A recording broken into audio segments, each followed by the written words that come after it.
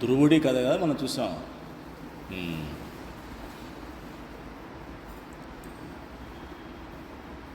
ఏమి నేర్చుకున్నాం ధ్రువుడి కథ నుంచి? మనం నేర్చుకున్నది ఏమిటి?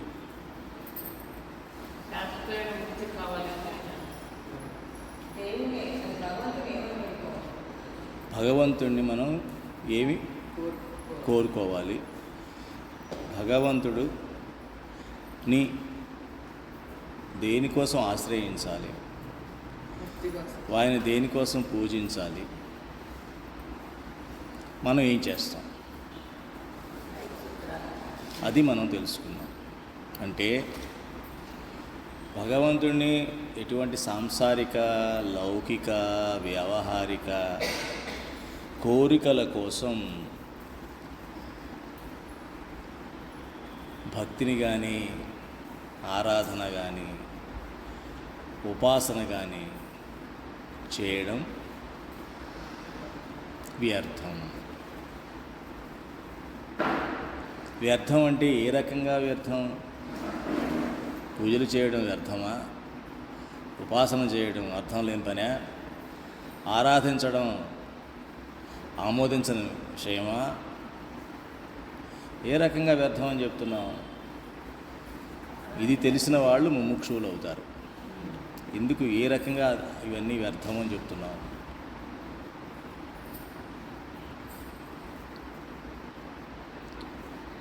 ఇవన్నీ ఎందుకంటే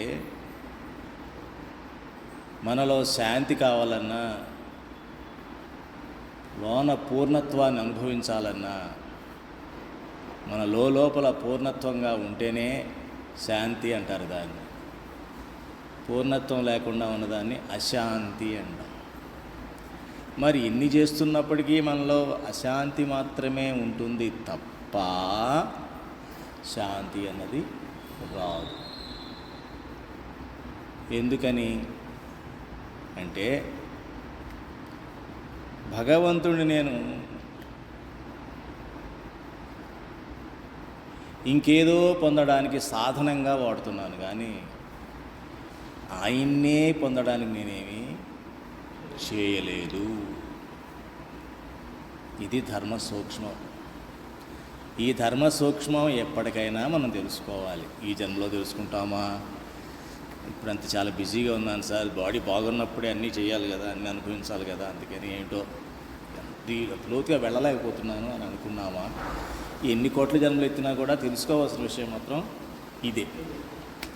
ఎప్పుడు తెలుసుకుంటారు అనేది ప్రారంభవశాత్తు కావచ్చు, పూర్వజన్మ సుకృతం వల్ల కావచ్చు, లేదు సత్సంగంలో ఏమన్నా బలం పెంచుకొని సత్సంగానికి అటాచ్మెంట్ బాగా పెట్టుకున్నట్లయితే వచ్చినటువంటి బుద్ధి బలం వల్ల కూడా కావచ్చు. ఇది విషయం. మనం భగవంతుడిని ఒక సాధనంగా వాడుతున్నాం మన కోరికలు తీర్చుకోవడానికి. ధర్మ, అర్థ, కామ, మోక్షానికి వాడటం లేదు.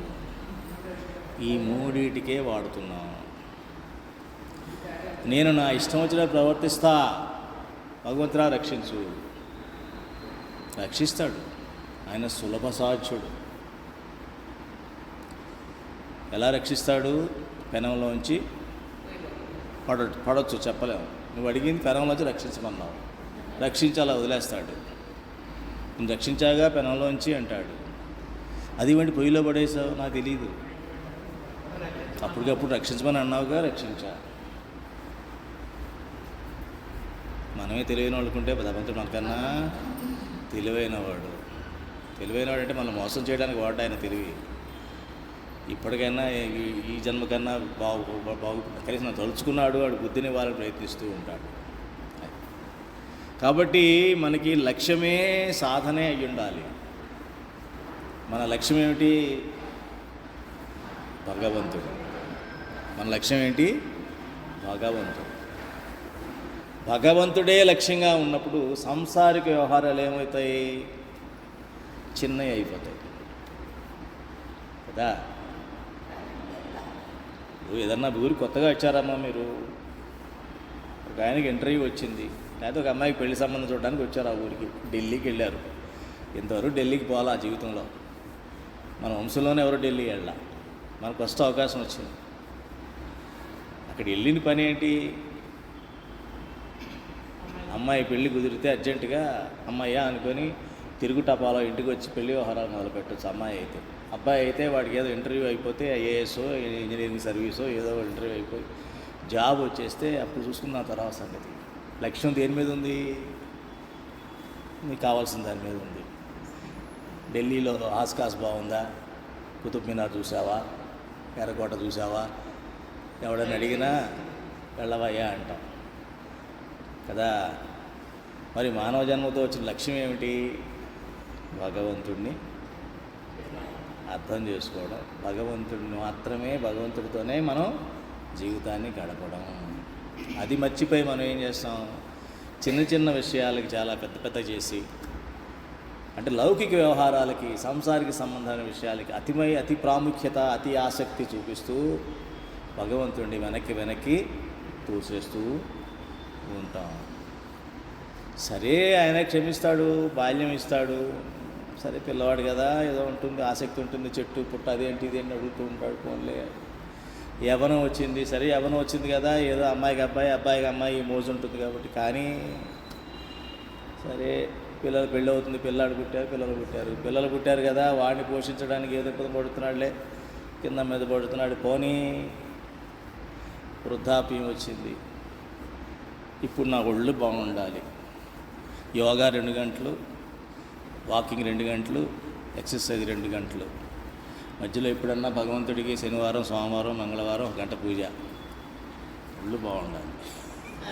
ఈ ఒళ్ళు మూలబడితే ఈ ఆరాటం. అంటే ఎటు చూసినా కూడా సంసారిక విషయం, లౌకిక వ్యవహారం ఇవి తప్ప భగవంతుడు అన్నదాన్ని మొదటి ప్రాముఖ్యత మన జీవితంలో ఇవ్వడం లేదు. సరే మనం అర్భకులం, ధ్రువుడు కూడా పాపం అదే పని చేశాడు. ఎంత తపస్సు చేశాడు అంటే ఆయన చూసి మనం ఏం నేర్చుకోవాలి? అటువంటి వాడే భగవంతుడిని అది వచ్చినప్పుడు ఏం అడగాలో తెలియని పరిస్థితికి వెళ్ళిపోయాడు. కారణం ఏమిటి? దేనికి లోనయ్యాడు అతను? రాగద్వేషాలకి లోనయ్యాడు, అవమానాలకి లోనయ్యాడు.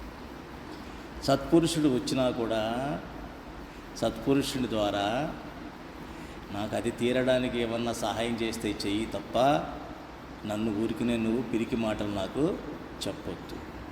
ఇది చాలా ధైర్యం అనుకున్నాడు, చాలా గొప్ప పని అనుకున్నాడు. ఏమిటి? తన కోరిక తీరదు. మనలో చాలామంది అలా అనుకుంటూ ఉంటాం, నేను చాలా గొప్ప పని చేశాను అనుకుంటూ ఉంటాం. దాని మించిన మూర్ఖత్వం ఇంకోటి లేదు కదా. అంటే ఏదో కష్టాన్ని తొలగించమనో, సుఖాన్ని పెంచమనో ఇలాంటివి ఆడడానికి భగవంతుని మనం ఒక సాధనంగా వాడుకుంటున్నాం. కానీ అన్నీ ఉన్న ఆయన దగ్గరికి మనకి ఏది ఇచ్చినా, ఆయన సుఖం ఇచ్చినా ఆయనే, ఆనందం ఇచ్చినా ఆయనే. ఆయన చక్రవర్తి దగ్గరికి వెళ్ళి 4 బఠానీ గింజలు ఇవ్వండి, చక్రవర్తి అపాయింట్మెంట్ దొరకడమే కష్టం. ఏదో దొరికింది, ఎవరు రికమెండేషన్, నీ పూర్వ జన్మ సుకృతమో ఈ దేనివల్ల మనిషి జన్మాన్ని దొరికింది. దీనిలో మాత్రమే బుద్ధి అన్నది ఉంది. బుద్ధి ఉన్నా కూడా బుద్ధి పెరుగుతూ ఉండాలి. బుద్ధి పెరుగునే అవకాశం కూడా ఉన్న యుగంలో పుట్టావు. అదేమిటది? కలియుగం. కలియుగంలో నీకు ఆటవిక మనిషికి ఇంత బుద్ధి ఉండదు, కానీ నీకు బుద్ధి చాలా ఎక్కువ ఉంది, చాలా షార్ప్గా ఉంది. మరి దేన్ని వాడుకుంటున్నావు? కత్తి చాలా పదునుగా ఉందని చెప్పి పేక కోసుకుంటున్నావు.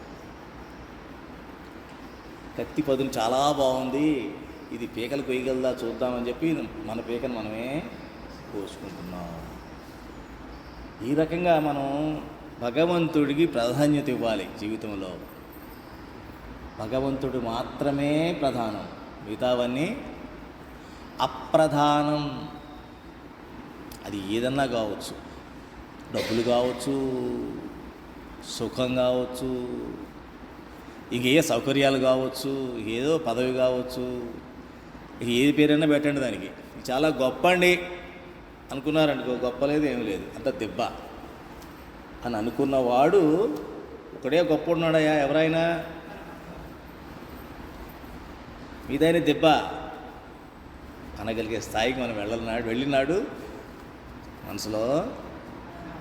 ఇక్కడ కూడా స్వార్థమే. మనసులో దేనికోసం ఇదంతా? శాంతి కోసం.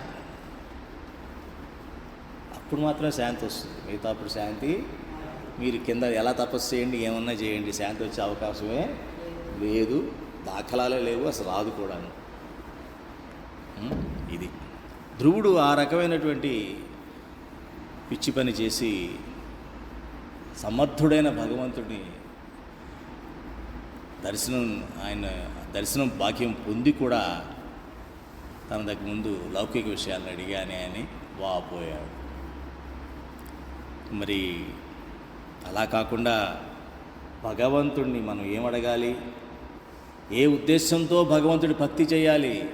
ఇప్పుడు అడుక్కోవడమేనా? బెగ్గింగేనా మన జీవితం? ఇప్పుడు బెగ్గరేనా? చక్రవర్తి కూడా అడుక్కుంటే ఎంత అసహ్యంగా ఉంటుంది.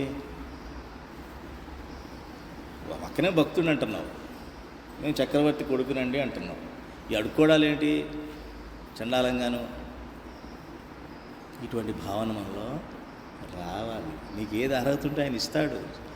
రోజు అన్నం అడుక్కోక్కర్లా, చక్రవర్తి కొడుకు దుస్తులు అడుక్కోక్కర్లా, అన్నీ అడుక్కోవడాలే ఉంటాయి. నీకు ఏది ఎప్పుడు అవసరమో అది ఇస్తూనే ఉంటాడు. నువ్వు ఎట్లా ఉండాలి? చక్రవర్తి కొడుకుగా ఉండాలి, భగవంతుడి భక్తుడిగా ఉండాలి. భక్తుడంటే ఏంటి? మాటికి వదిలితే నీకు రాజకుమారుడు రా అంటారు వీడిని, చక్రవర్తి కొడుకురా అంటారు వీడిని, భక్తుడు రా ఆయన అంటారు. దానికోసం కూడా ఏం పట్టించుకోడు వీడు. భక్తుడు అంటాడో దుష్టుడు అంటాడు, పక్కనోడు ఆడు కర్మవాడు అనిపిస్తాడు. వీడి మట్టుకు ఎప్పుడు కూడా మనసులో పరమాత్మ ఒకడే ఉంటాడు. సో దేనికోసం భక్తి చేయాలి? భగవంతుడిని. ఇది మనకు విశేషంగా సప్తమ స్కంధంలో ప్రహ్లాదుడి యొక్క కథలో మనకు తెలుస్తుంది ఈ విషయాలు.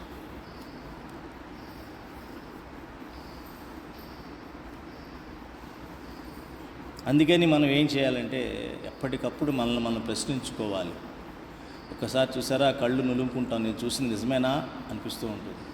అలాగే చేయి కూడా గిల్లుకుంటాం, నిజమేనా ఇది అని కదా, ఇలా గిచ్చుకొని చూసుకుంటాం, కళ నిజమా అని. ఆ రకంగా నేను భక్తుడేనా కాదా అని గిచ్చుకుంటూ ఉండాలి. అప్పుడు ఏదో చిన్నగా పూజలు చేసేసి నేను పెద్ద భక్తుడిని, పరమభక్తుడిని అన్నమాట అసలు వీల్లేదు. ఎందుకంటే భక్తి మాత్రమే, భగవంతుడు మాత్రమే నాలో ఉండాలి, మిగతా అన్నీ కూడా మామూలుగా ఉండాలి. ఆ రకంగా చేస్తే మనకు తెలుసు. ప్రహ్లాదుడికి కథ చాలామంది తెలుసు, అయినా ఒకసారి గుర్తు తెచ్చుకుంటూ మనం దీని నుంచి ఏమి నేర్చుకోవాలో చూద్దాం. హిరణ్యకశిపుడు దైత్యుడు, రాక్షసుడు. తనకి 4 పుత్రులు ఉన్నారు. వారిలో ఆఖరి పుత్రుడు ప్రహ్లాదుడు. హిరణ్యకశిపుడు మన ధ్రువుడిలాగే చాలా కఠినమైనటువంటి తపస్సు చేశాడు. చాలా ఘోరమైన తపస్సు చేసి బ్రహ్మని మెప్పించాడు. బ్రహ్మను మెప్పించి మంచి వరాలు పొంది చాలా సమర్థుడయ్యాడు. సమర్థుడు అంటే ఏంటి? మనం ఏదన్నా చేసేయగలమైనటువంటి రకమైనటువంటి అహంభావం, దానికి సమర్థత అని అనుకుంటూ ఉంటారు వాళ్ళు. రాక్షసులు ఏమనుకుంటూ ఉంటారంటే, నేను ఏదన్నా చేయగలను కాబట్టి నేను సమర్థుణ్ణి అనుకుంటారు. ఇవన్నీ కూడా అసురుల యొక్క భావజాలం. నిజంగా అది సమర్థత కాదు. సరే, ఎటువంటి స్థితికి వస్తాడు మన హిరణ్యకశిపుడు. ఆ సమర్థత దేనికి వాడాలి? పరమాత్మని ప్రసన్నం చేసుకోవడానికి వాడాలి. ఎవరైతే తనలో ఉన్న శక్తి సామర్థ్యాలని, బుద్ధియుక్తుల్ని, వీటన్నిటిని కూడా పరమాత్మను ప్రసన్నం చేసుకోవడానికే ఉపయోగిస్తారో వారు మాత్రమే మనిషి జన్మలో పుట్టి సమర్థుల కింద వస్తారు తప్ప మిగతా వాళ్ళందరూ కూడా అసురుల కింద వస్తారు. అయితే అతనిలో శక్తి ఎంతగా పెరగడం అంటే భగవంతుడు వరం ఇచ్చాడు కాబట్టి మిగతా ఎటువంటి దేవతలు అడ్డుపడరు. బ్రహ్మ వరం ఇచ్చాడు కాబట్టి సప్తద్వీపాలకి తను అధిపతి అయ్యాడు. ఎక్కడ చూసినా తన శాసనమే, అంటే తను చెప్పిందే, నా మాటే శాసనం, నేను మాట్లాడానంటే అదే శాసనం, ఇంకెదురు చెప్పడానికి వీలు లేదు. అలా చెప్పేవాళ్ళందరూ కూడా రాక్షసులు.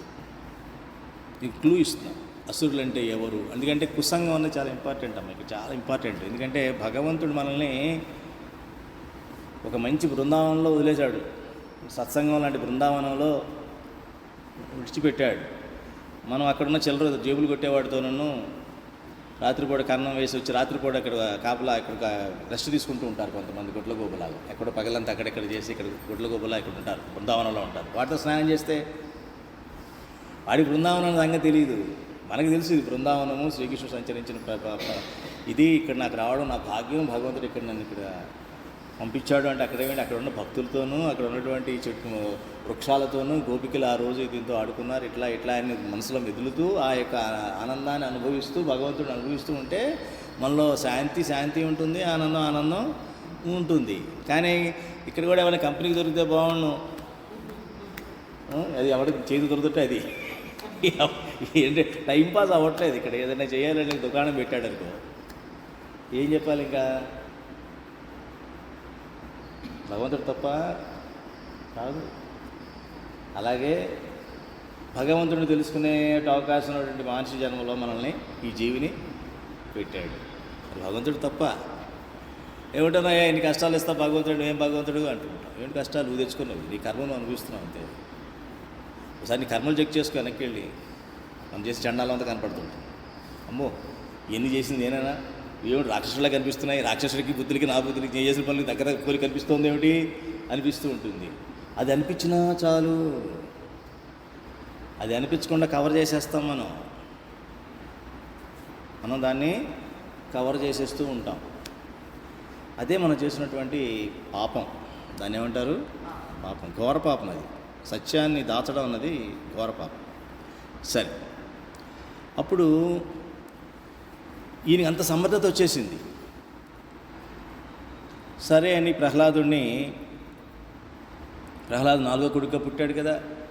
కానీ వాడి దురదృష్టమో అదృష్టమో తెలియదు, పుట్టినవాడు పుట్టకముందే సత్పురుషుడి సాహసం దొరికింది. ధ్రువుడికి ఎప్పుడు దొరికింది, ధ్రువుడికి నారదుడే దొరికాడు, మన ప్రహ్లాదుడికి కూడా నారదుడే దొరికాడు. కానీ ధ్రువుడికి ఎప్పుడు డిసైడ్ అయిపోయాడు, ఏంటి,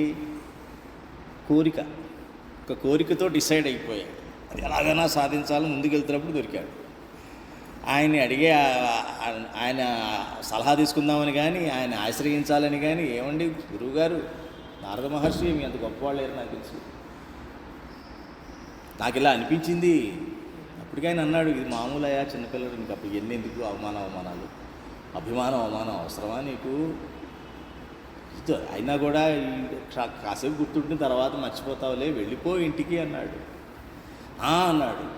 రెండోసారి మళ్ళీ చెప్పాడు, ఇవన్నీ ప్రారంభం వస్తూ ఉంటాయి ఎట్లాగా, దానికి అంత ఊగిపోతున్నావు ఏమిటి, వద్దు అన్నాడు. అయినా వినలా. మనలో కోరిక బలమైనప్పుడు ధర్మాన్ని చాలా ఈజీగా తప్పుతాం. సత్పురుషులు చెప్పిన మాటలు మన తలకి ఎక్కవు. ఇది ఒక ప్రారంభం, ఇది ఒక పెద్ద కర్మ కింద మారిపోతుంది. ఎందుకంటే సత్పురుషులు మళ్ళీ మనకు దొరకరు కదమ్మా. సత్సంగము సత్పురుషులు మనం అనుకున్నప్పుడు దొరకరు. మీరు తలుచుకుంటేనే తప్ప, మీరు మననం చేసుకుంటే తప్ప మళ్ళీ పుస్తకం అంతే అలాగే ఉంటుంది, ఈ ఆడియో ఇలాగే ఉంటుంది, నేను ఇలాగే ఉంటాను. మళ్ళీ మీ సత్సంగానికి వస్తే నేను కనపడతాను వినపడతానేమో, కానీ లేకపోతే నాకు కనపడటం వినపడటం జరగదు. అలాగే ఈ ఆడియో ఏమన్నా మరలా వింటూ ఉంటే ఏమన్నా వినిపిస్తుందేమో కానీ తెలియదు. మీరు రాసుకున్న పుస్తకం కూడా తీసుకెళ్ళి అటక మీద పెడితే నాకేం రాదు. అట్లాగే సత్పురుషుడిని మనం వచ్చినప్పుడు ఏం చేశాడు, తన మంకు పట్ట తన కోరిక చెప్తున్నాడు కానీ ఇచ్చేయలేదు. ఆ రకంగా తను అంటే సత్పురుషుడు మనకు ఎదురుపడ్డా, సత్పురుషుడు మన జీవితంలోకి యథార్థంగా ఆయన తటస్థపడినా మనం ఏం చేస్తాం, మన కోరిక బలంలో ఆయన పక్కకి తోసుకుంటూ ముందుకు వెళ్ళిపోతాం. దీనికి ఉదాహరణ, ఇలా పెద్ద వర్షం పడుతుంటే ఆ ఊరు చిన్న ఊరు, హైవే మీద కార్లు వెళ్ళిపోతున్నాయి, చాలా దారుణంగా వెళ్ళిపోతున్నాయి, స్పీడ్గా వెళ్ళిపోతున్నాయి. ఎదురన్న బ్రిడ్జ్ పడిపోయింది. అది ఈ ఊళ్ళో ఉన్న వ్యక్తికి తెలుస్తుంది. వచ్చి పాపం అంత వర్షంలో కూడా వచ్చి ఎర్ర చొక్కా వేసుకొని ఎర్ర గొడుగు వేసుకొని అన్నీ చేసుకొని ఇలా ఊపుతున్నాడంట. ఊపుతుంటే చూసావా బెంచ్ కార్లో లిఫ్ట్ అడుగుతున్నాడు రాడు, ఏంటాడు పొగరు, మనం ఎక్కడ ఆడెక్కడ, అంటే బెంచ్ కారు కూడా తెలియలేదు. ఇది మన లోహం ఆ స్థాయిలో ఉంటుంది కదా. అనేటప్పటికీ ఎక్కడికి వెళ్తారు వాళ్ళు, ఏ కారులోకి వెళ్తారు, రుచికారులోకి వెళ్ళిపోతారు. ఎంత కారైనా వెళ్ళేది అక్కడికే. సరే అన్నీ వెళ్ళిపోతున్నాయి, ఒకటి ఒకడు ఎవడో వాడి ప్రారంభం బాగుంది, వాడు ఏదో వీడిని కొంచెం సత్పురుషులాగా వీడికి అనిపించాడు. ఎందుకు ఇంత వర్షంలో ఇతను వచ్చి ఎందుకు ఆపుతున్నాడో ఏమిటో తెలుసుకుందాం. చూసారా, సత్పురుషుడు నా జన్మ ఏ జన్మలో చేసుకునే పుణ్యం నాకు అనిపించాడు నారద మహర్షి. ఏ జన్మలో పుణ్యం సత్సంగం దొరికింది, ఏ జన్మలో పుణ్యం గురువుగారు వచ్చాడు అన్న భావన మనలో ఉంటే మన అలా దృక్పథం అంతా మారిపోతుంది. లేదనుకోండి అంతే, ఆటలో అర్పుకోండు ఆవగింజ, కోపులో ఆవగింజ ఇలా అయిపోతుంది అనమాట. అతలాగే అయిపోయి ధ్రువుడు కూడా అట్లాగే అయిపోయి. సరే వెళ్తుంటే కాపాడు. ఏమి జరిగింది? ఏదైనా బ్రిడ్జి పడిపోయిందండి, నేను అందరినీ ఆపుతున్నాను, చాలామంది వెళ్ళిపోయారు, మీరు దయచేసి వెళ్ళకండి, వెనక్కి వెళ్ళిపోండి. చూసారా, మన భావనలో అంటే ఎదుటి వ్యక్తిని మనం ఎప్పుడు కూడా గౌరవించకపోతే మనలో చాలా నష్టపోతాం. అది ఎవరన్నా కావచ్చు, స్వీపర్ అవ్వచ్చు, పని ఎవరన్నా ఏ మనిషినా కావచ్చు.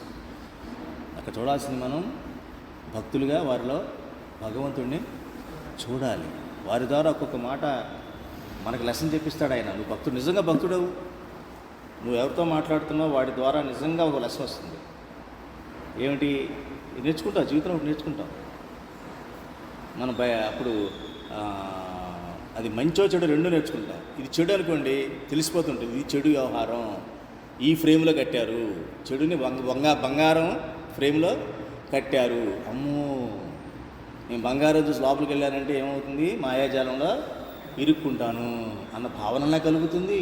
లేదు, అది ముళ్ళులా కనిపిస్తోంది కానీ అది కాదు, తులసి దళం, అది నా మంచి కోసమే అక్కడ అలా భగవంతుడు అలా పెట్టాడు అన్న విషయం కూడా మనకి తెలుస్తుంది.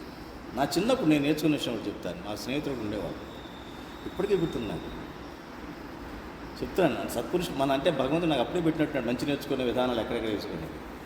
వాడు అప్పుడు చిన్నప్పుడు ఎందుకైతే చిన్న షర్ట్ ఇక్కడ చిన్న చిరిగింది, ఇక్కడ బనీనో ఏదో లోపల బనీలో చిరిగిపోయాయి కదా, చిన్న చిరుగుందన్నమాట. నేను సిగ్గుపడుతున్నాను బయటకు వెళ్ళడానికి, చొక్కా వేసుకుని వెళ్ళాలి. వాడు వచ్చాడు, వచ్చి ఎర్రా బయటకు వెళ్దాం ఆడుకుందాంరా. అప్పుడు నాకు ఎంత మహా అయితే 10 ఏళ్ళు ఉంటాయేమో, అయితే నాలుగో తరగతి 3వ తరగతి చదువుతున్నాను.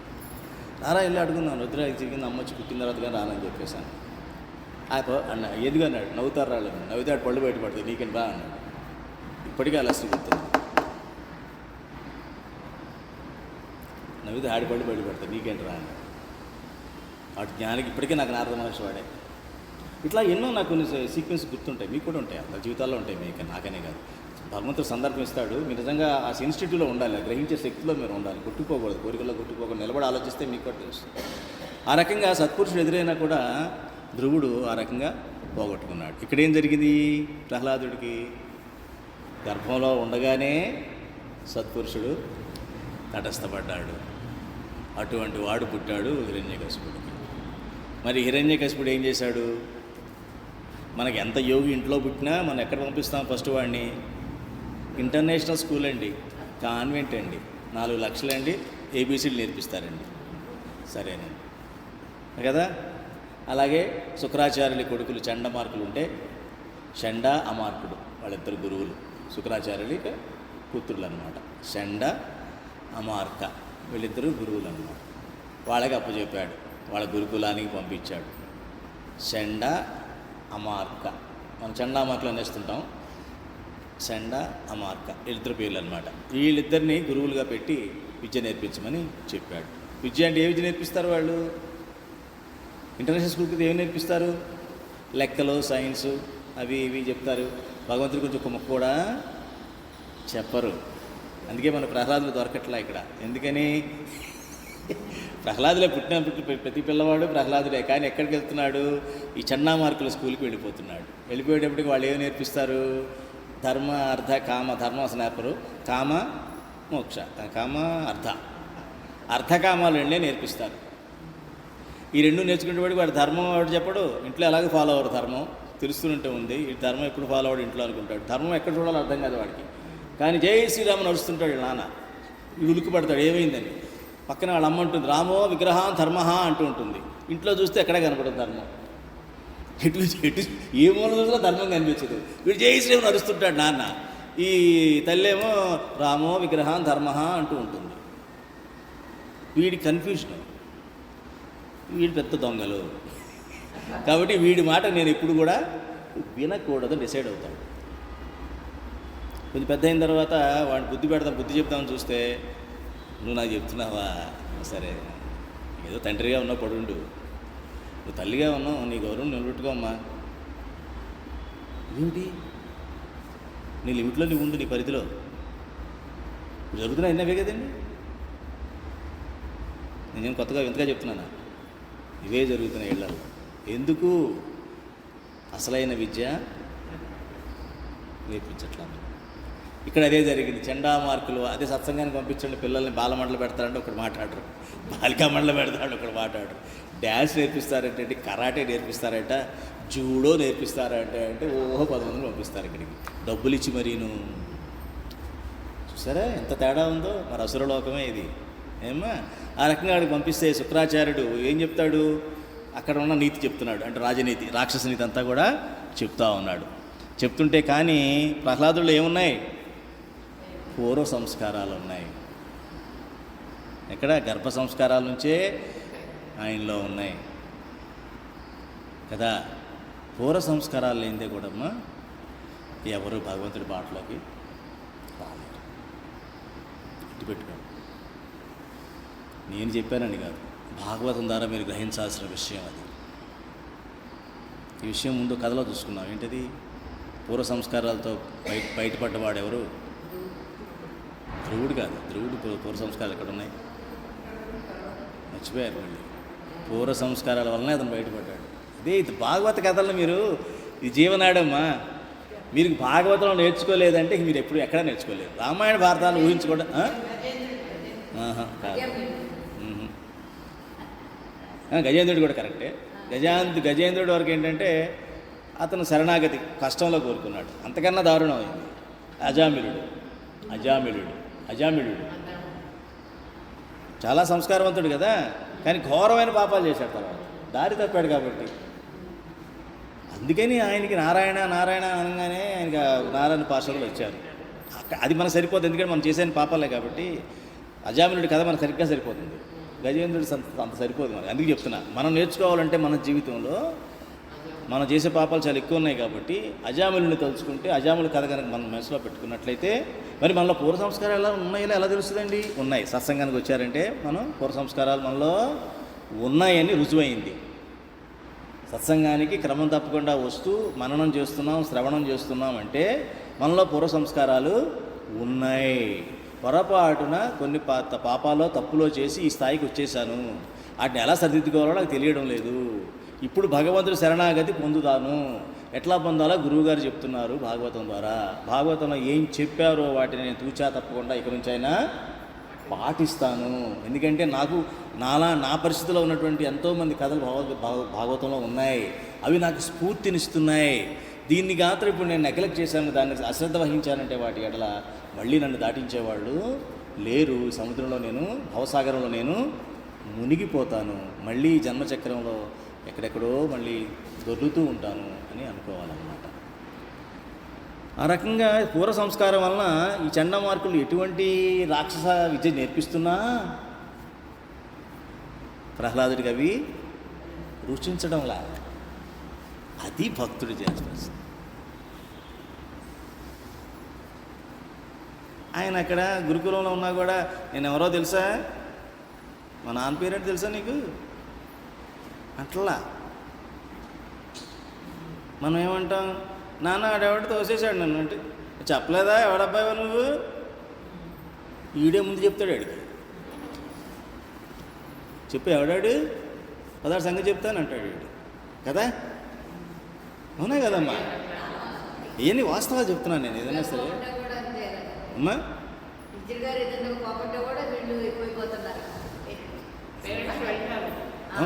పేరెంట్స్ రెచ్చగొట్టడం అలవాటు అయిపోయింది వాళ్ళకి, తెలియక వాళ్ళ అజ్ఞానంలో ఉన్నారు. ఏం చేస్తారు?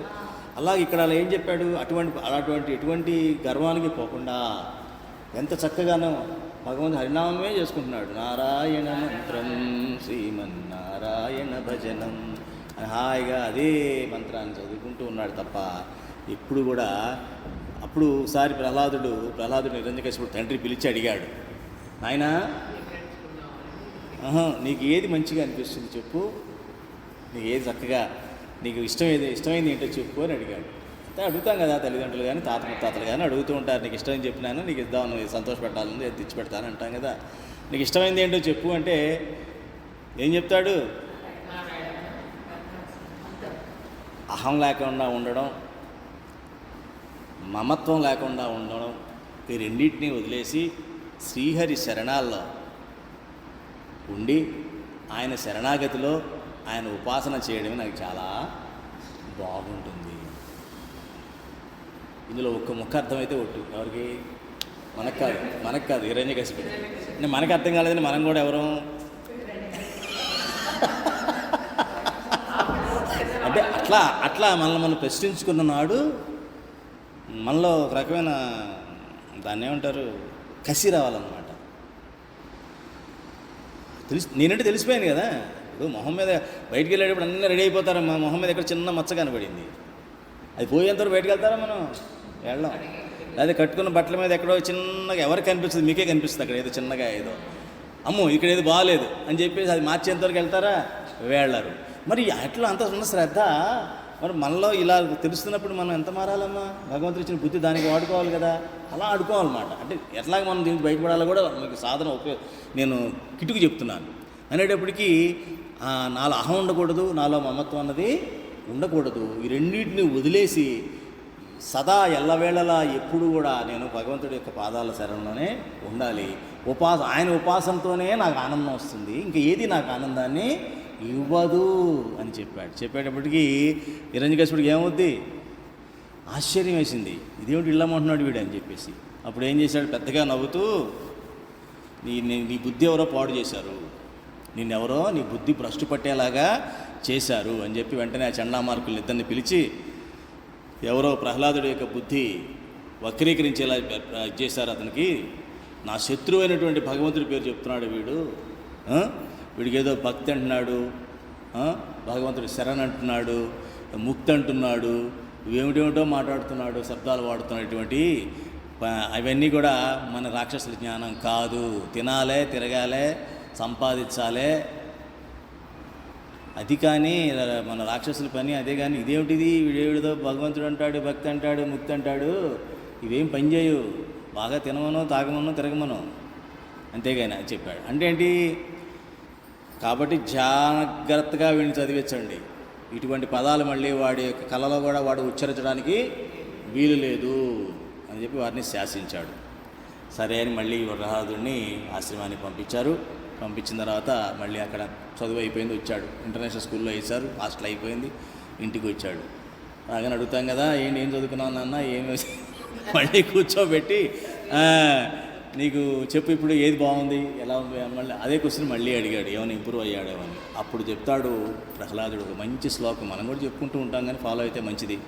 శ్రవణం కీర్తనం విష్ణు స్మరణం, చెప్పండి, పాదసేవనం అర్చనం వందనం దాస్యం సఖ్యం ఆత్మనివేదనం.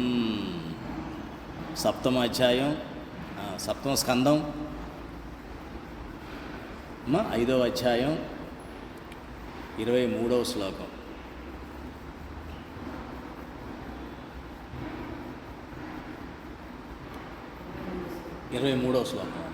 మా నాన్నకి అర్థం కావడం లేదు, మళ్ళీ అదే క్వశ్చన్ వేస్తున్నాడు, ఏమిటి వీడు, ఏం వెళ్ళి నీకు ఏది బాగుంటుంది, నీకు ఏది మంచిగా అనిపిస్తుంది అడిగాడు ఏమిటి అని చెప్పి ఇప్పుడు ఇంకా విపులంగా చెప్పాలి మా నాన్నకి అని చెప్పి ఏం చేశాడు, ఇప్పుడు విపులంగా చెప్పాడు.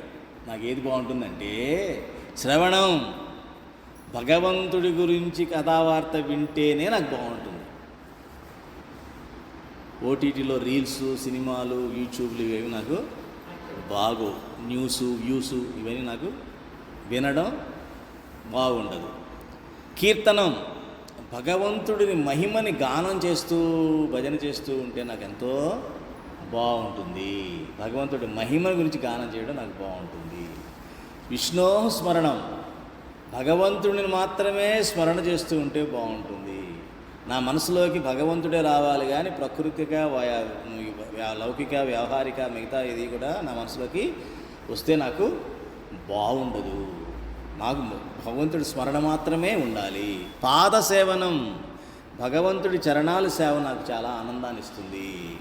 అర్చనం, భగవంతుడికి పూజ చేయడం నాకు ఇష్టంగా ఉంటుంది, షోడశోపచార పూజ.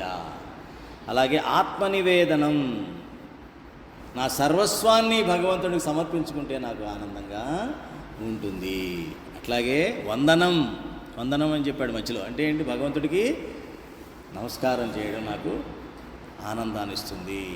అందుకనే నేను ఎప్పుడైనా మీకు గమనించే ఉంటాను, అందరూ నమస్కారం పెడుతూనే ఉంటుంది. నేను చూసే లోపల ఉన్న పరమాత్మని, దోషాలని కాదు, దోషాలని కాదు. స్త్రీయా పురుష ఎంత ఉంది వీడికి, ఇది నా మైండ్లో ఉండవు.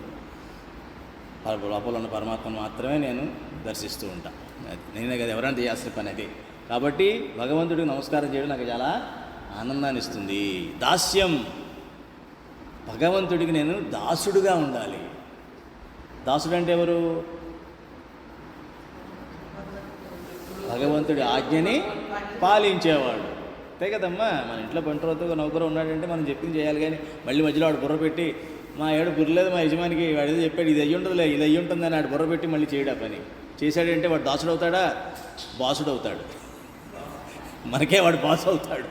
కాబట్టి దాసుడు అంటే ఏంటంటే భగవంతుడు చెప్పింది తూచా తప్పకుండా.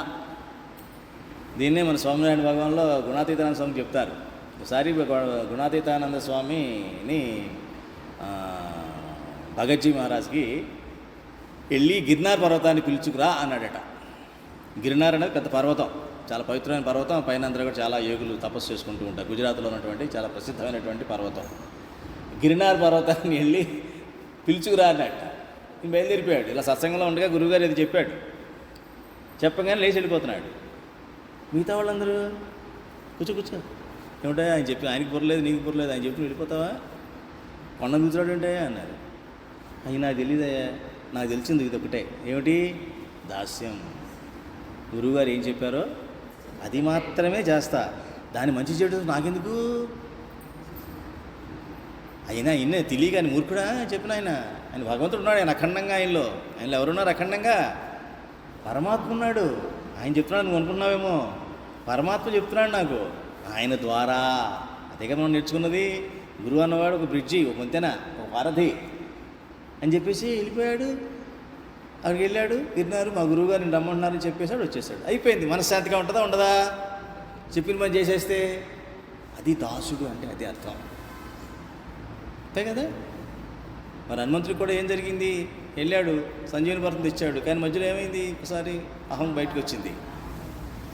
కొంచెం అహం బయటకు రాగానే ఏమైంది? పడిపోయాడు కిందకి. అవునా కదా? నేను లేకపోతే ఏమవును? లక్ష్మణుడు అహం వచ్చేసింది. రామని కింద పడ్డాడు. మళ్ళీ పాత్ర రక్షించాల్సి వచ్చింది. భరతుడికి రామబాణం మీద ఉన్నటువంటి గురి తెలుసు. ఆయన దాసుడు. ఎవరు? భరతుడు పరమాత్మకి దాసుడు. అది రాముడు నేల మీద పడుకుంటున్నాడని చెప్పి ఈయన చిన్న గొయ్యి తీసి కిందకి పడుకున్నాడు. ఆయనకన్నా నేను కింద స్థాయిలో పడుకోవాలి, కానీ ఆయన స్థాయిలో నేను పడుకోవడం ఏంటని. ఆయన నార బట్టలు కట్టుకుంటే ఈయన కూడా నార బట్టలు కట్టుకుని ఉన్నాడు. కానీ రాజ్యం ఉంది. వాళ్ళు అమ్మ అనుకున్నట్టు అయ్యిందా? అవలా. ఎందుకని? అమ్మ అనుకుందని, నాన్న అనుకున్నాడని, అత్తయ్య అనుకుందని, బాబాయ్ అనుకున్నాడని బతకరాళ్ళు భక్తులు అన్నారు. ఎవరు కూడా వాళ్ళు భగవంతుడు ఏం చెప్తే అదే బతుకుతారు. అట్లాగే భగవంతుడు మాత్రమే ప్రసన్నం చేసుకుంటారు తప్ప ఈ చుట్టుపక్కల ఉన్న వాళ్ళందరినీ ప్రసన్నం చేసుకునే కార్యక్రమంలో మునిగిపోరు. అది గుర్తుపెట్టుకోవాలి. మీరాబాయి కూడా అదే చేసింది కదా. మేము స్త్రీలు కదండి, మేము చేయలేమండి. మీరాబాయి కూడా స్త్రీయే. అవునా కదా? ఆయన కూడా సహకరించారు కుటుంబంలో వాళ్ళు. భర్త కూడా సహకరించాడు. ఈవిడ భక్తురాలు అని చెప్పి సహకరించాడు. చెప్తున్నా, మనం భగవంతుడిని ప్రసన్నం చేసుకునే కార్యక్రమంలో కనుక ముందుకెళ్తే అందరూ సహకరిస్తారు. వీరి వలన ముఖ్యంగా ఏం జరుగుతుంది? అందరికీ ఉత్తమ గతులు కలుగుతాయి. అదృష్టవంతులు వాళ్ళంతా ఉత్తమ గతులు వస్తాయి వాళ్ళకి. కింద పడాల్సిన వాడు కనీసం ఒక స్టెప్ పైకి వెళ్తాడు. ఆ జీవి కొంచెం పైకి వెళుతుంది అన్నమాట. కాబట్టి మనం చేయడం వల్ల నష్టం అయితే ఏం లేదు, మంచి లాభాలు ఉన్నాయి. అలాగే సఖ్యం, భగవంతుడిని ఒక ఫ్రెండ్గా మనం అనుకోవాలి. ఫ్రెండ్తో ఏంటి? ఫ్రెండ్తో ఏం చెప్పుకుంటాం మనం? సీక్రెట్లన్నీ ఎవరు చెప్తాం? ఫ్రెండ్కే చెప్తాం. మన సీక్రెట్లన్నీ స్నేహితురాలుగా చెప్తాం. అది భగవంతుడికి చెప్పుకో, ఇలా అని. ఆయన కావాలి సలహా ఇస్తాడో, కల్లో కనబడో, లేకపోతే మీకు ఇది ఇంకో మనిషి ద్వారా పంపించో, గురువు ద్వారానో ఎవరి ద్వారానో మీకు సందేశం ఇప్పిస్తాడు.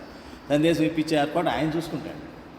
ఈ రకంగా చేయాలి అంటే నాకు ఇష్టం అన్నాడు. అనగానే హిరణ్యకశిపుడికి ఏమొచ్చింది, ఒక్కసారి బాధపడిపోయాడు. ఇంటి ఇంత చేసి ఇన్ని లక్షలు ఖర్చు పెట్టి ఇంటర్నేషనల్ స్కూల్కి పంపిస్తే ఏంటి వీడు అది ఇది అంటున్నాడు, మళ్ళీ భక్తి ముక్తి అంటున్నాడు. ఇంటికి వచ్చి ఇదేదో మా ఇంటి పంతులు గారు లేదా పిలిచినా అయిపోయేది, లేకపోతే సత్సంగం మా అమ్మ వెళ్తుంటుంది, మా నాన్న వెళ్తుంటా, సత్సంగం అంటే ఆయన చెప్తుంటాడు అక్కడ క్లబ్ హౌస్లో, అలా పంపించడం సరిపోయేది కదా, డబ్బులు దండగా నాకు. ఎన్ని ఆలోచనలు వచ్చినాయి హిరణ్యకశిపుడికి. వచ్చి ఏం చేశాడు, వీడు నాకు మా ఇంటిలో చెడపుట్టాడు. ఏ కదా అంటే సినిమా డైలాగులు వచ్చేస్తాయి మన నోటెమట. వీడు మా ఇంట్లో చెడపుట్టాడు కాబట్టి వీడిని నా పరువు తీయడానికే వీడు ఉన్నాడు, కాబట్టి నా పరువు పోవడానికి ఎట్టి పరిస్థితిలో వీల్లేదు. అవేగా పరువు హత్యలు. ఆ పరువు హత్యలు ఎవరు చేశారు ఆ రోజుల్లో? హిరణ్యకశిపుడే చేశాడు. సొంత కొడుకునే చంపించడానికి పంపించాడు. అసురుడు ఏ రకంగా ప్రవర్తిస్తే చూడండి. పదవి కోసం చంపించిన వాళ్ళు ఎంతమందినా మనం చూసాం. ఆస్తి కోసం ఇప్పటికీ చంపేస్తున్నారు. కామ క్రోధ మద లోభ మోహమాశ్చర్యాలకి చంపడం అన్నది అవలేలగా అయిపోతుంది. అవునా కదా? ఒక బంధం లేదు, ఒక ఏ బంధం అయితే జీవితాంతం గడపాలనుకుంటున్నారో ఆ బంధంలో దానికి విలువ లేదు, మనిషికి విలువ లేదు, ప్రాణానికి విలువ లేదు. కనీసం అయ్యో ఇది పాపం పుణ్యం అనేటువంటి అసలు ఆ భయము లేదు. ఏం చేస్తున్నారో మనుషులు ఏ రకంగా ప్రవర్తిస్తున్నారు అన్నది ఒకసారి మనం ఆలోచించుకుంటే ఇవన్నీ తెలిస్తే మనకు అర్థమవుతూ ఉంటుంది. అసురులు ఏ రకంగా ప్రవర్తిస్తారన్నప్పుడు నేను మనిషిని కాదు అసురుణ్ణి అనే భావన మనలో అప్పుడు తెలుస్తుంది. అమ్మా అని జాగ్రత్త పడతామన్నమాట. చూసారా అప్పుడు ఏం చేశాడు, నాకు వీడు చెడబుట్టాడు, వీడిని చంపేసేయమని చెప్పేసి పంపిస్తే వాళ్ళు అన్ని రకాలుగా ప్రయత్నించారు. ఎలా చంపాలో అన్ని రకాలుగా విషం పెట్టి చంపడము, లేకపోతే అగ్నిలో పడేయడం, పైనుంచి లోయలో పడేయడం, ఈ తొక్కించడం, దేంతో ఏనుగులతో రకరకాలుగా చంపించడానికి ప్రయత్నించారు. ఏది చేసినా కూడా వారు ఫలితాన్ని పొందలేదు. ఎందుకని? ప్రహ్లాదుల్లో ఎవరున్నారు? భగవంతుడే ఉన్నాడు. పరమాత్మను చంపగలమా? చంపలే. అయితే అప్పుడు హిరణ్యకశిపుడు చాలా ఆశ్చర్యం వేసింది. ఇంకా లాభం లేదు, వీడికి ఎక్కువైపోయింది వీడిది అని చెప్పేసి, కణంలో దేవుడు ఉన్నాడు అంటున్నావు కదా, నీ భగవంతుడు ఉన్నాడు అంటున్నావు కదా, ఈ స్తంభంలో ఉన్నాడా అన్నాడు. ఉంటాడు, నేను చెప్పింది అదే కదా, స్తంభంలో కణాలు ఉన్నాయి కదా, స్తంభంలో ఉంటాడు అనగానే ఆ స్తంభాన్ని ఇలాగా చూపించుకొని ఇలాగ గదతో కొట్టబోయేలాగా నరసింహస్వామి స్తంభంలోంచి వచ్చాడు. వచ్చేసేసి నృసింహ అవతారంలో ప్రకటమై హిరణ్యకశిపుడిని వధించాడు. వధించిన తర్వాత భగవంతుడి యొక్క ఆ భీకర రూపాన్ని, అందుకనే సత్పురుషులు ఎవరన్నా కోపం వస్తే అది మంచిది కాదంటారు. అందుకే సత్పురుషులు కోపం తెప్పించే పని చేసామనుకోండి, అది చెప్పే కదా, తీర్థయాత్రలు మనం చేసే పాపాలు పోవాలంటే తీర్థయాత్రలు పోతాయి. తీర్థయాత్రలోనే పాపం చేస్తే అది బ్రహ్మహత్యాపాతకంతో సమానం. చాలా డేంజర్ అనమాట. అది ఇక్కడ చూసి దేవతలు భయపడిపోయారు. ఏంటి ఇంత ఉగ్రరూపంలో ఉంది, ఆ దగ్గరికి వెళ్ళడానికే భయపడ్డారు. లక్ష్మీదేవి కూడా భయపడింది. ఇప్పుడు కేవలం ప్రహ్లాదుడు మాత్రమే దగ్గరికి వెళ్తే శాంతంగా ఆయన అయిపోయి ఇలా ఆయన చేయబెట్టి ఆశీర్వదించి అనేటప్పుడు చాలా అంటే ఆశీర్వదించడం అంటే చాలా ఆనందంగా హాయిగా చూశాడు భక్తుడి వైపు. ఆ చూపు మీకు అంటే మీరు అనుభవిస్తే తప్ప మీకు తెలియదు. భగవంతుడు భక్తుడిని ఏ రకంగా ఉంటుంది ఆ కృపాదృష్టి, ఆ కృపాదృష్టిని మీరు ఎవరైనా అనుభవిస్తే మీకు తెలుస్తుంది తప్ప, లేకపోతే అది ఏంటో సినిమాలో చూపించినట్టు ఉంటుంది. అంతే, అది మనం అనుభవించి తీరాలి. అది చాలా బాగుంటుంది. భగవంతుడు మన వైపు చూస్తున్న దృష్టి అనుభూతి మనకి వస్తుంది లైఫ్లో. సరైన భక్తులకైతే అది అప్పుడప్పుడు వస్తూ ఉంటుంది. ఆ అనుభూతి ఎప్పుడు వస్తుంది, అప్పుడప్పుడు ఏమంటే ఎప్పుడు ఉంటూనే ఉంటుంది. ఆ రకంగా చేసేటప్పటికి ప్రహ్లాదుడు చెప్పాడనమాట, మీరు నృసింహావతారంలోంచి మీలో క్రోధాన్ని తగ్గించుకోండి ప్రభు, శాంతమూర్తులు కండి అని చెప్పడం జరిగింది. అప్పుడు భగవంతుడు నృసింహస్వామి దగ్గరికి ప్రహ్లాదుడి దగ్గరికి వెళ్తాడు. వెళ్తేనేమో కృపాదృష్టితో ప్రహ్లాదు తలమే చేయి వేసి అడిగితే ప్రహ్లాదుడు అంటాడు, హే ప్రభు, మీరు నా శరీరాన్ని రక్షించడానికి వచ్చారు, నాకు కావాల్సిన నా శరీర రక్షణ కాదు, నాకు కావాల్సింది నా యొక్క కామ క్రోధ మద లోభ మోహ మాత్సర్య అరిషడ్వర్గాలు, ఆశ తృష్ణ అనేటువంటి ఎండమావులు ఎప్పటికీ పోవు. అది కనబడి మనం లాక్కెళ్ళిపోతూనే ఉంటాయి. ఆశ తృష్ణ ఇలాంటి అంతఃశత్రువులు, ఇవన్నీ ఏమన్నాడు, అంతఃశత్రువులు. నా శత్రువులు బయట లేరు, నా శత్రువులు లోపల ఉన్న శత్రువుల్ని వాటి నుంచి నన్ను మీరు రక్షించండి. ఇది ప్రార్థన, ఇది భక్తి. రక్షించి మీ భక్తినే నాకు దానం చేయండి, ప్రదానం చేయండి, అది నాకు ఇవ్వండి. అలాగే ఈ రెండు ఇవ్వాల్సిందిగా నేను మీ చరణాలకి ప్రార్థిస్తున్నాను అని అడిగాను. చూడండి ఎంత వినయము, ఎంత భక్తి, అంత చిన్న వయసులో. అంటే భక్తుడు కాబట్టి అవి సాధ్యమైనవి అన్నమాట. అందుకనే దీన్ని బట్టి మనకేం తెలిసిందనమాట, భగవంతుడి యొక్క ధర్మం యొక్క ఉద్దేశం ఏంటంటే, మన జీవితంలో సంసార సుఖాలే కాకుండా భగవంతుడిని మాత్రమే ప్రధానంగా చూడాలి. సంసారిక సుఖాలు అన్నది మన శరీరానికి సంబంధించిన విషయాలు. శరీరం ఎలాగూ నా శరీరం అంటున్నానంటే నేను శరీరాన్ని కాదు. నేనేమంటాను, నా శరీరం అంటున్నాను. అంటే నా అంటే ఎవరు మరి? నా తల అంటున్నావు, నా చెయ్యి అంటున్నావు, నా కాలు అంటున్నావు. నా నా నా ఎవరా? నా శరీరం అయితే కాదని తెలుస్తుంది అక్కడే. నేను అన్నది ఏదో లోపల ఉంది. ఆ నేను అనేది పతనం అవ్వకుండా ఉండాలంటే వీటి నుంచి రక్షించబడాలి. ఎర్షడ్ వర్గాల నుంచి నేను, అంతఃశత్రువుల నుంచి నేను రక్షించబడాలి. అలాగే రక్షించబడుతూ నేను భగవంతుడి యొక్క భక్తి నాలో పెరుగుతూ ఉండాలి. అప్పుడే నాలో శాంతి అన్నది వస్తుంది. లేకపోతే అశాంతి మాత్రమే ఉంటుంది. దానికి ఎట్లా అంటే, మీకు చిన్న కథ చెప్పినట్టు నన్ను ఆల్రెడీ. ఒక ఆయన బూట్లు వేసి తిరుగుతున్నట్ట, షూ. పక్కన ఫ్రెండ్తో, మార్కెటింగ్ ఎగ్జిక్యూటివ్, సేల్స్ రిప్రజెంటేటివ్ అనమాట, తిరుగుతున్నాడు. పక్కన ఫ్రెండ్ ఉంటాడు కదా, వాడు వీడు కలిసి వెళ్తుంటే, ఈ బూట్లు చాలా టైట్గా ఉన్నాయిరా అంటా ఉంటాట. ఒకసారి అన్నాడు, 2 సార్లు అన్నాడు, 3 సార్లు, 4 రోజులు అయిపోయింది, 5 రోజులు అయిపోయింది, వారం అయింది. ఏరా అన్నిసార్లు చెప్తున్నావు, అదేదో బూట్లు మార్చుకోవచ్చు కదా అన్నాడంట. భలే చెప్పావులే, ఇలా తిరిగి తిరిగి సాయంత్రం వెళ్ళి ఆ బూట్లు తీస్తే ఉంటుంది హాయి.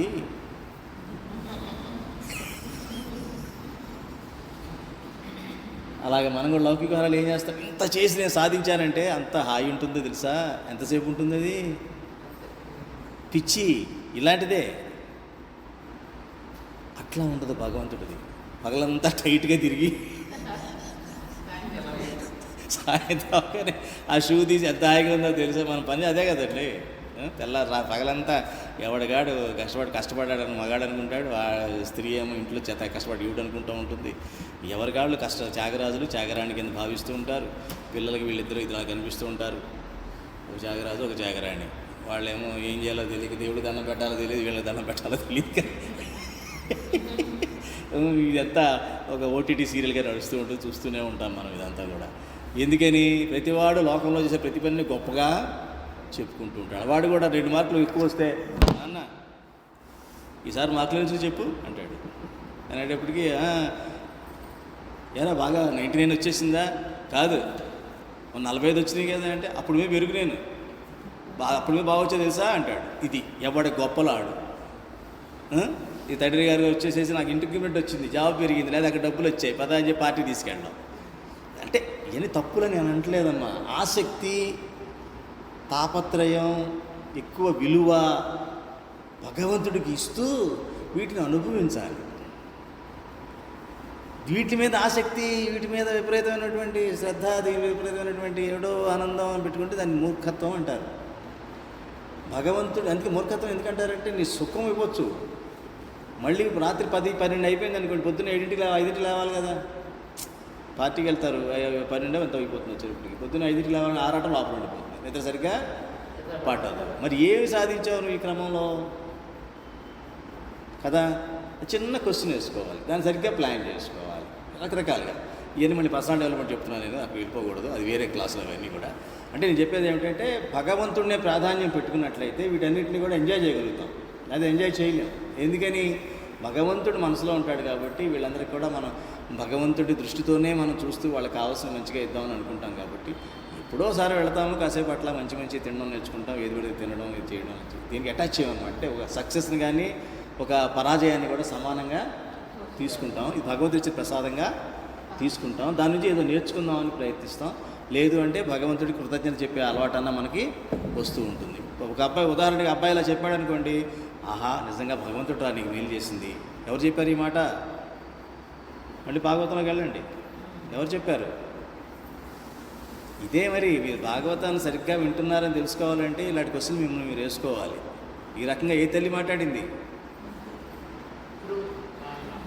ధ్రువుడి తల్లి.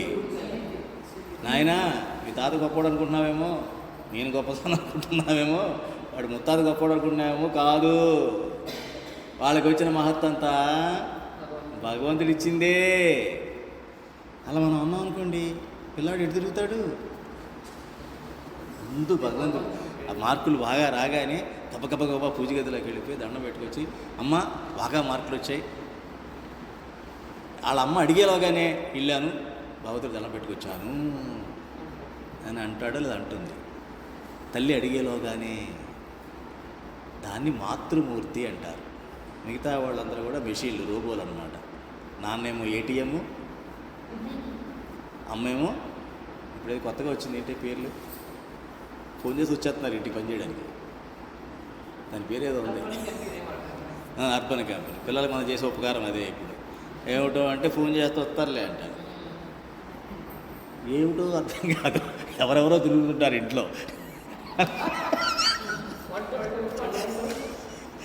సర్లేండి, ఎంత తక్కువ చెప్పుకుంటే అంత మంచిది ఈ కలికాలం గురించి. ఎనీవే, ఈ రకంగా మన భగవంతుడిని ప్రసన్నమే చేసుకోవాలి, భగవంతుడిని మాత్రమే ప్రసన్నం చేసుకోవాలి. ఇప్పుడు ఎట్లాగైతే మనం చేయలేక మిగతా వాళ్ళని పని చేయించుకుంటున్నాం కదా, అది పెద్ద విషయం కాదని అర్థమైంది కదా, ఇంట్లో పని పెద్ద విషయం కాదని విషయం తెలిసింది కదా, ఎవరిగా డబ్బులు పడితే చేసేస్తాడు. మరి నువ్వు చేస్తున్న పని ఏంటి ఖాళీ టైంలో? మరి భగవంతుడిని పనిలోనే మనం ఉండాలన్నమాట. ఇది ఈ రకంగా మనం భక్తి అన్నది మనం చేసుకోవాలి. ఈ మాయకి సంబంధించినటువంటి దుఃఖాలను, ఆ మాయా విషయాలను కనుక ఆశ్రయిస్తే మనకు వచ్చేది ఏమిటి? దుఃఖం మాత్రమే. సుఖము అనుకునే దుఃఖం, సుఖం అనుకునే దుఃఖం. అది భ్రాంతి అంటారు. ఈ భ్రాంతి ఎందుకు వస్తుంది? మనం కపటంగా ఉంటాం కాబట్టి. ఇది కపటమే కదా. సత్సంగంలో అన్నీ వింటాం, అన్నీ అర్థం అంటాం కదా, అన్నీ అర్థమవుతున్నట్టు ఉంటాయండి సత్సంగంలో. మళ్ళీ ఏంటి? అది కపటం. కపటం అంటే ఏంటి? విన్నది నమ్మినది చేయకపోవడం. అది కూడా నేర్చుకున్నాం మనం. చెప్పారు కదా ఆయన, భ్రాంతి క్రియేట్ చేస్తుంది. అది గజేంద్రుడిది అదే కదా జరిగింది. ఆ మాయలో పడిపోయేటప్పటికి ఏమైంది? కపటం వచ్చేసింది. భ్రాంతి. ఒక భ్రాంతిలోకి వెళ్ళిపోయేటప్పటికి మనం దానికి అంత ప్రాముఖ్యత ఇవ్వకుండా కపటంగా నటిస్తాం. అన్నీ కుదిరితేనండి మీకు బంగారు కిరీటం పెట్టేస్తానండి. ఇది అవ్వదు, కిరీటం జరగదు. ఇట్లాంటివి కాదు కదా. భగవంతుడు ఎప్పుడు నీ దగ్గర కిరీటం కోరుకోవట్లా, ఏదో కోరుకోవట్లా. నేర్చుకున్నది, విన్నది, తెలుసుకున్నదాన్ని ఆచరణ చేయడం. అది ఎప్పుడు వస్తుంది? నాలో భ్రాంతి లేనప్పుడు. భ్రాంతి ఉంటే కపటంలోకి వెళ్ళిపోతాం. భ్రమ అంటారు చూసారు, అంటే యథార్థ సుఖం ఏదో తెలియకుండా, యథార్థ దుఃఖం ఏంటో తెలియకుండా చిన్న వాటికి పడిపోవడం అన్నమాట. చిన్నవాటికి ఎప్పుడైతే పడిపోతామో భగవంతుడు అంటే విలువైన దాన్ని మనం పోగొట్టుకుంటాం. భగవంతుడి విలువైన దాన్ని మనం పోగొట్టుకుంటాం. దాన్ని ఈ భ్రాంతే కదా, భ్రమే కదా అది.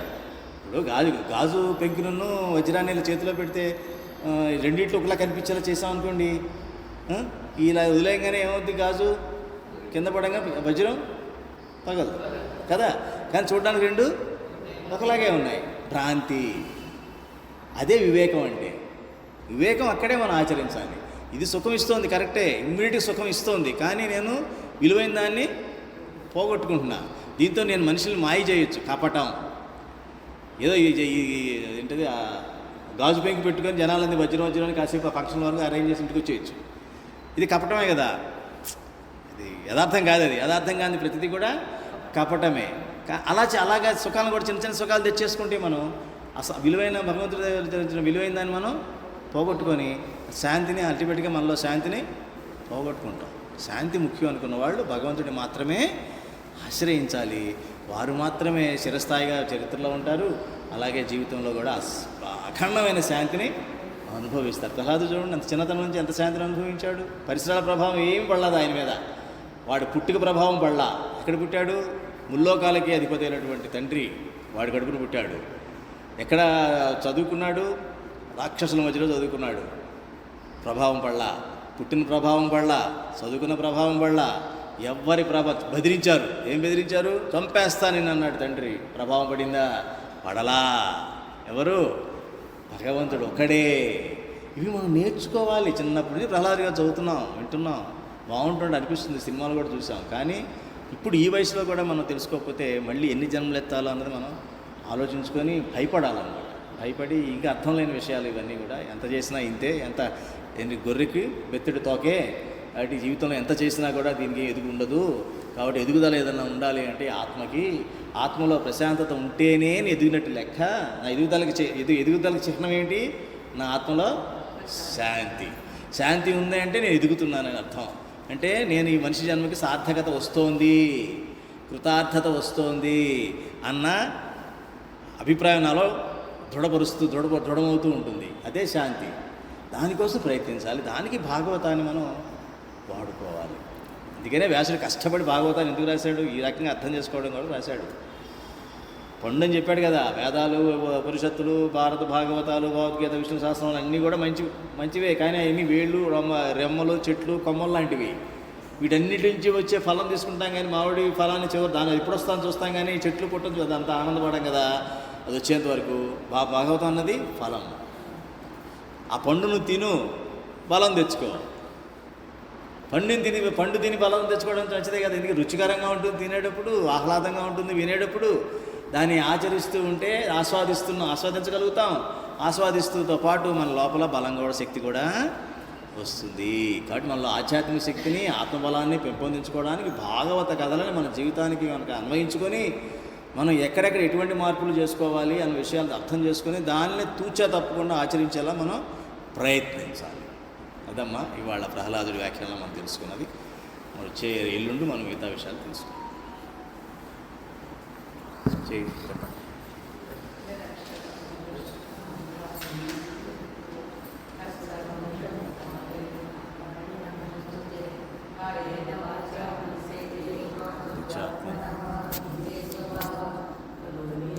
సకలం పరస్మై నారాయణాయేతి సమర్పయామి.